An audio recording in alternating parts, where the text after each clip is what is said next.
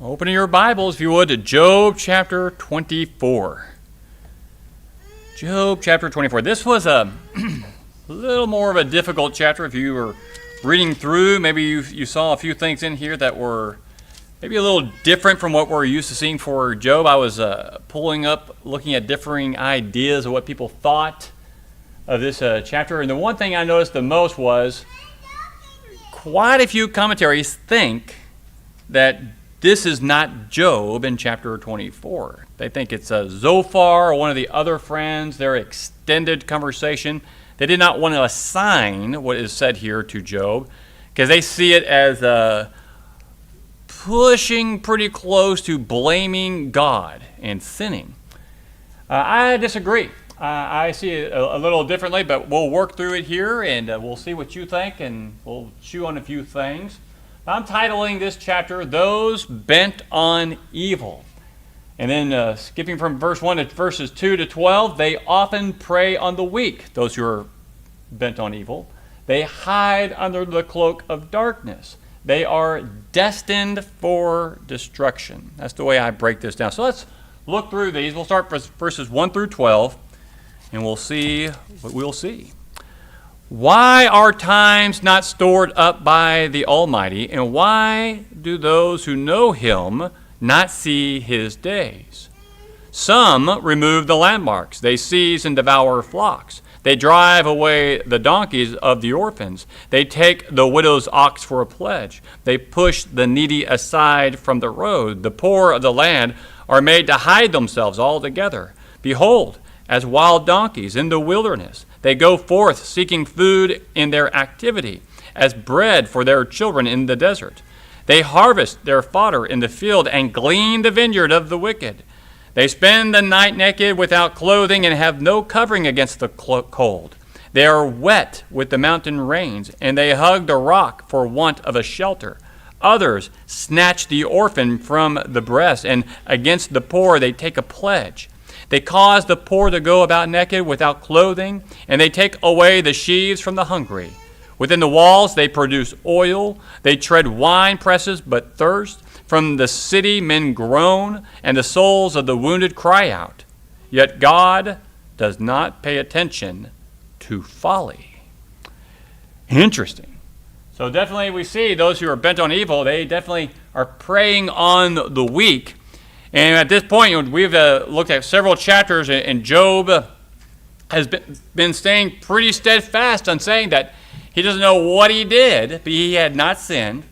He had not blamed and does not blame God. But when we read through this passage, we get to that verse there, verse 12. From the city men groan, and the souls of the wounded cry out. So that's pretty much a summary of everything he's looking at here so far. And then he makes that statement in verse 12. Yet God does not pay attention to folly. What do you think he means by that? Or actually, I'm reading from the New American Standard. Does anyone have something different there on the end of verse 12? Does it say something different than, yet God does not pay attention to folly?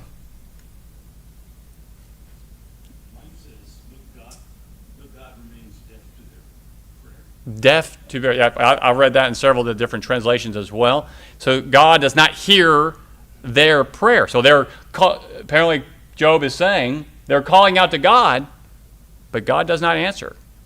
I like that better, actually, but that's not exactly what the Hebrew is saying, but I think that is what Job is hinting at, that God does not hear or does not listen to their prayer. Now, why would Job say that? Does Job think that God hears his prayer or is listening to him? From everything we've looked at up to this point, do you remember? He's still wondering what on earth this is happening. Yeah, he's wondering what's happening to him. And he has called to the Lord, and several times he says, why are you not listening to me? Why have you not called me? If I could just come to you and present my arguments, I would listen. Even if you have words to say to me, I will listen. But he just wants to present his arguments. So I see him thinking this way. Now, do you think he's with that into verse 12, do you think he's blaming God? Yet God does not pay attention to everything, to their prayers, to their folly, to the things happening to all these people. All the wicked is going after the orphans. He's going after the widows. They're stealing from people. They don't care about anything but themselves. And he's asking, does God hear their prayer? What do you think? Why would he bring that up? Now, if you read through the whole chapter, you might know. Did anyone read through this chapter by chance? It's a hard chapter. It's a hard one. Again, a lot of commentators don't want to assign this chapter to Job. They think it's a bad chapter, and there's no way Job would say this. But I think the third part here, section, they are verses 18 to 25, these evil are destined for destruction, I think is the key to understand why he said this. One of the arguments that his friends making about the evil people is what? What does Job's friends say will happen to evil people in this world? They'll be punished. And what is Job pointing out? Not happening. It's not happening. He's already mentioned multiple or given several evidence that this is true. Those who took his stuff, those who killed his servants, those who ravished all his land, nothing's happened to them. In fact, he's pointing out here, we see this happening. What's happened to them? He's pointing his friends to think, is your premise true? It is not. They often pray on the week and nothing happens. These people are praying, but it seems like God's not even answering according to what you're saying. That's what I think is what he's getting at. Let's keep reading. Let's see if that's true. 13 to 17. They hide under the cloak of darkness. Others have been with those who rebel against the light. They do not want to know its ways, nor abide in its paths. The murderers arise at dawn. He kills the poor and the needy, and at night he is a thief.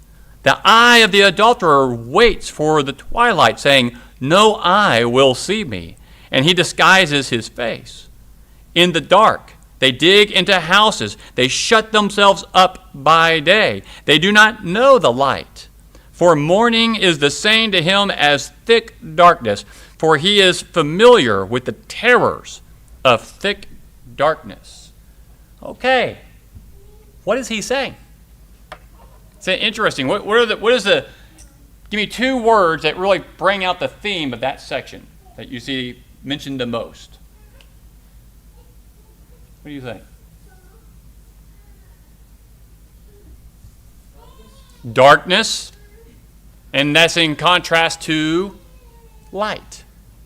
So the people in verses 13 to 17, do they like darkness or do they like light? Darkness. What do they do come morning time? They hide. They wall themselves into their homes where they can be enshrouded by darkness. It's what they know. It's what they like. They don't want anything to do with the day. They don't want anything to do with the light. They come out at night. Why would they come out at night? I mean, and this isn't to look really just this passage, but just criminals as a whole. Why do they come out at night? Huh? Harder to see them. The cloak of darkness. Easier to get away with crime. Easier to get away with it. And so they like the cloak of darkness. And that's true of today. It was really true of then. And Job is pretty much saying, okay, does this happen? Yeah, it does. What happens to them? Can they answer that? They can't. Because according to his friends, wicked people should be suffering like Job does. They haven't been able to point to one thing Job has done wrong, and yet look how bad his life is. If that's how bad Job's life is, then why isn't it 10 times worse for people in verses 1 through 12? Or those in 13 through 17? He's trying to get his friends, I think, to think. Then we come to the next part. Verses 18 to 25. They are destined for destruction. Let's read this passage. They are insignificant on the surface of the water. Their portion is cursed on the earth. They do not turn toward the vineyards. Drought and heat consume the snow waters. So does Sheol those who have sinned. A mother will forget them. The worm feeds sweetly till he is no longer remembered, and wickedness will be broken like a tree. He wrongs the barren woman and does no good for the widow, but he drags off the valiant by his power. He rises, but no one has assurance of life. He provides them with security, and they are supported, and his eyes are on their ways. They are exalted a little while, then they are gone. Moreover, they are brought low, and like everything gathered up, even like the heads of grain, they are cut off. Now, if it is not so, who can prove me a liar and make my speech worthless? All right, that is the hard part of this chapter. You may have noticed here in a few of these verses, the word he has been capitalized outside of the opening of the sentence, like there in verse 22. But he, in your translations, is that he capital or lowercase? Capital? What does that signify according to your translators of that Bible? Okay, or yours actually says God. Okay, I did see that some translations actually insert Elohim's name. It's actually the word he in the Hebrew, but they want you to understand that they believe this is speaking of God. And it is. I think this is Job speaking about God here. And in verse 22, what is God doing? But he drags off the valiant by his power. He rises, but no one has assurance of life. What's going on there in verse 22? Anybody?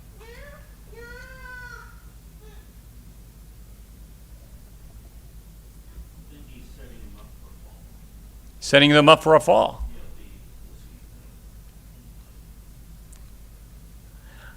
I don't know if it can be as, I mean, that's possible, but I don't think it's that specific.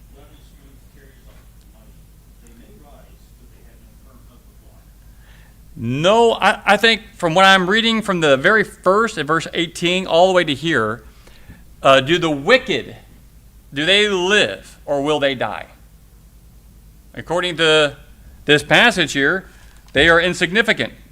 Their portion of the earth is cursed. The drought will consume them. So does Sheol those who have sinned. That is, Sheol, that they will die. That's the afterlife there. Even those who sin will die. But then he goes to the valiant. They are going to die also. So who all is going to die? Everybody. So when you think about it, the evil often prey on the weak. They hide under their cloak of darkness. But in the end, we all die. And then what? Does he explain what happens next after we die? He does not. Well, Job doesn't exactly know. But he does know who God is. He does know we will all give an account to him. There, you'll stand before the judge and you'll give that account. In the end, I think is what Job's saying, everyone will meet their punishment. Everyone. That's the way I interpret chapter 24. Does that make sense? I mean, I think it makes sense to us because of the New Testament, but I think that's what's going on here in this chapter as well.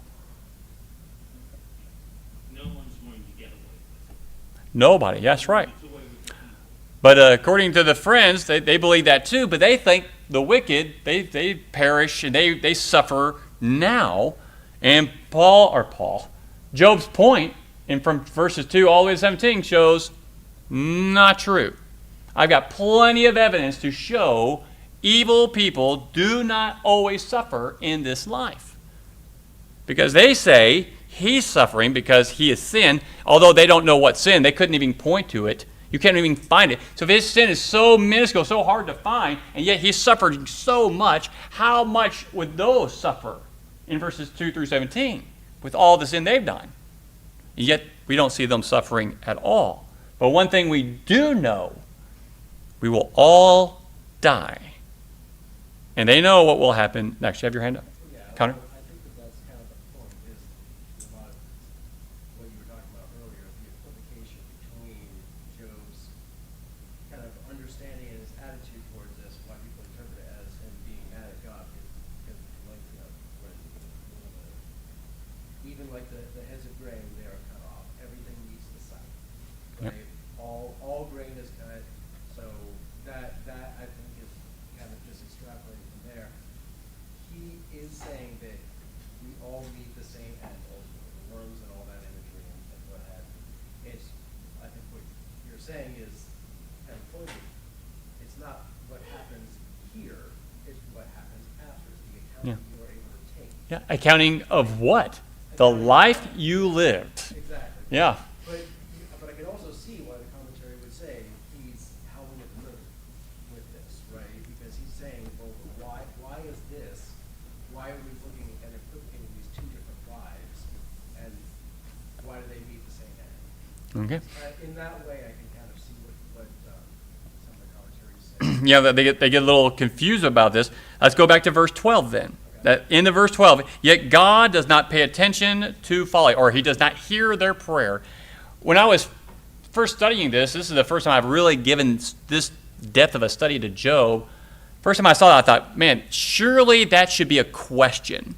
So I had to open up my Hebrew and look at that to see if this is, because it would make more sense to me if he's asking them a question. Does God pay attention to their folly, or does God hear their prayer? Like a question. But it's not. It is a statement. Yet God does not, and I like that translation better, does not hear their prayer. And what is their prayer, if you remember that we were just looking at? What's their prayer there in verses 2 through 12? What do you think the prayer would be? If someone came and stole all my children, what would I be praying to God about?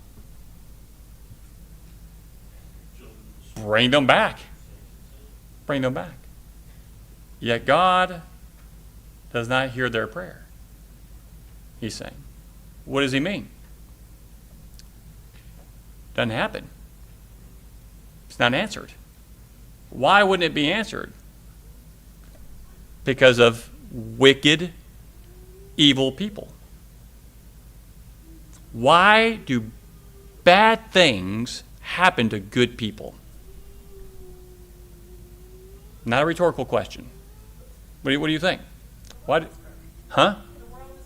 The world is broken. It goes back to our key factors. It's the problem with choice. That's right. You can choose to do that. Yeah, and we all get the choice.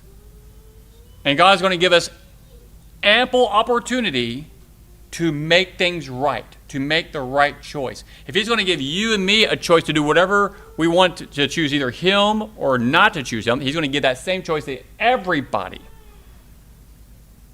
We all get the choice. And as Paul points out in Romans chapter 9, who are we to speak back to the master, the potter, who is molding us?